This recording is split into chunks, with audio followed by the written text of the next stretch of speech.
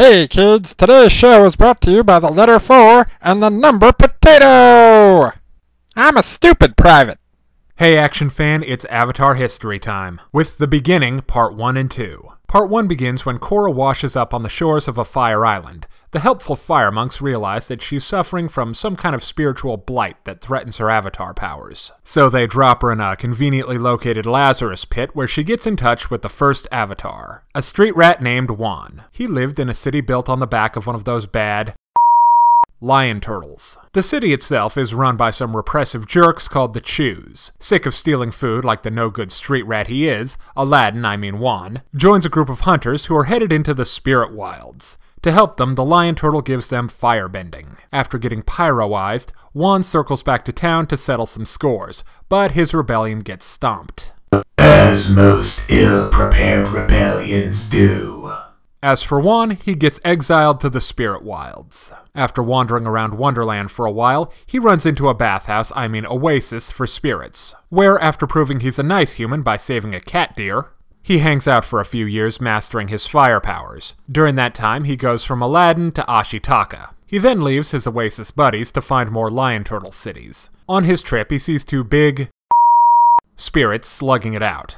One bright and shiny, the other dark and grainy. The dark one asks for an assist, which Juan supplies. To his, and no one else's surprise, the spirit that looked all evil and sinister is kind of evil and sinister, and planning on plunging the world into 10,000 years of darkness. If only the spirit of darkness was held in check by the spirit of explanations, this dilemma could have been avoided.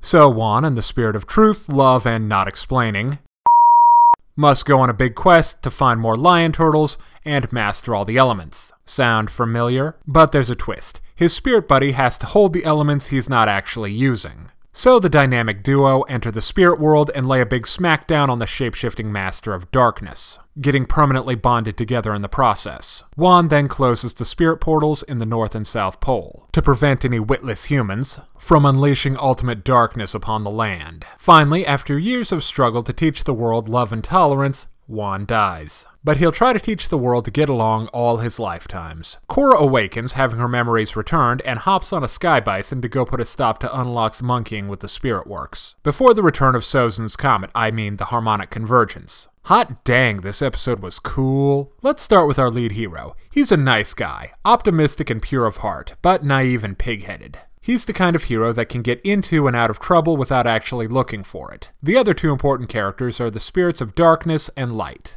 Vaatu, chaotic evil, and Rava, lawful good. They're your stereotypical good girl, bad boy types. While some people might consider this simplistic, come on, they're spirits. Physical manifestations of abstract concepts. Being one-dimensional isn't just acceptable, it's expected. They're also fundamentally connected and unable to truly defeat one another. Considering the yin-yang balance of these spirits, it's sort of weird that Vaatu is basically Avatar Loki. After all, I would think that a show that has reincarnation as one of its main themes would understand that without change, chaos, and death, there's no new life. It's all about the balance. But I suppose that's what Vaatu is threatening, which is why he needs to be stopped. Now let's talk about the look. The art style chosen to represent Juan's adventures looks great. You can see the Miyazaki influence in the spirit designs. That is until Aku shows up and they start turning into Del Toro wannabes. But hey, that's still awesome. The action is top shelf, but what else would you expect from Avatar? It's a great change from the intrigue-heavy but action-light episodes that came before it.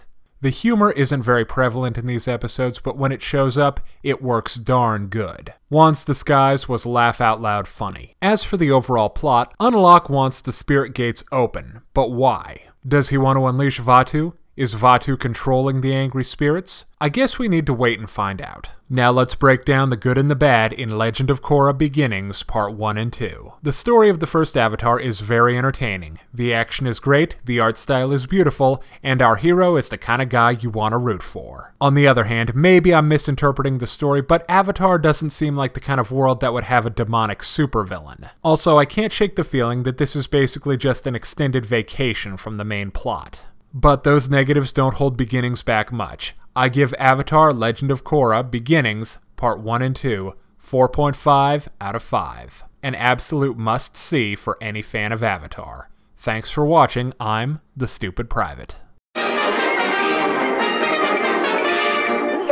That's all, folks.